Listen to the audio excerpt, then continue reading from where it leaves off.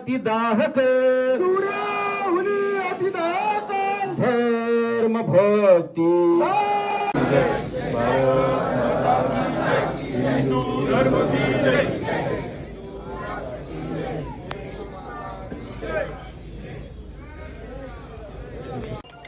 कशासाठी मतदान स्वीकारलं असेल त्यांनी काही पुढे बघायची गरज नाही. आपण आपल्या सगळ्यांच्या वतीने महाराष्ट्राच्या उपमुख्यमंत्री